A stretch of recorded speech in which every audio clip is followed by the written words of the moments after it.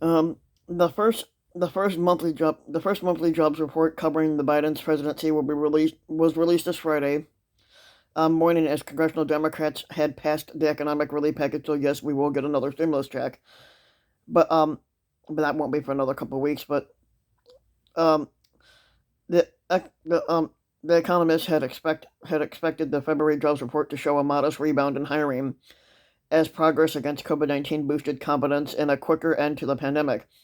The analysts estimate that the U.S. employers added 180,000 jobs last month, a pace that's not only nearly fast enough to quickly fill a hole that's left by COVID-19, but better than January's meager addition of only 49,000 jobs.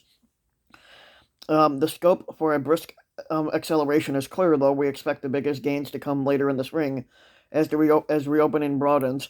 Wrote Ian Shepherdson, who's the chief economist at the Pantheon Macroeconomics in a Thursday preview.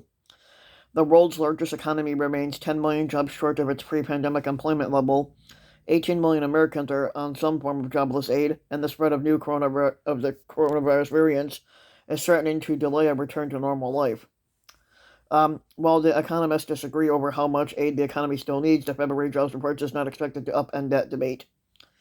Um, Julia Pollock, who's a labor economist at a job recruitment website, ZipRecruiter, had said a tepid level of new positions advertised in January and a disappointing ADP payrolls on reports from Wednesday indicates the February's overall gain will likely be modest. Typically, typically it increases in in job postings once 1 month, a very strong predictor of the increases in employment in the following month. But what we saw in January would suggest that the February numbers will still be pretty low, and most of the February and most of the February gains are expected to come in industries that have managed to flourish during the pandemic, such as online retail, food delivery, warehousing, and transportation. The economists are also projecting increases in manufacturing and construction, but largely due to what they call seasonal adjustment factors. Manufacturing employment growth appears to have strengthened in February, with a relatively broad-based improvement across most manufacturing businesses. Survey employment indices, but however, we expect some risk from reduced auto production due to a supply chain issue. Um, this is what the economists had at the investment bank in Nomura, and in a preview of Friday's report from the Labor Department said another underwhelming jobs report would help Biden and the Democratic lawmakers as they argue in favor of another major economic relief plan. As I already said, they already passed it.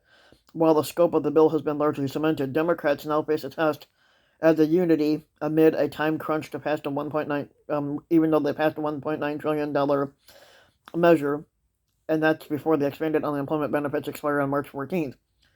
The Senate is going to move forward with the bill no matter how long it takes. The Senate is going to stay in session and to finish that bill, which they already did.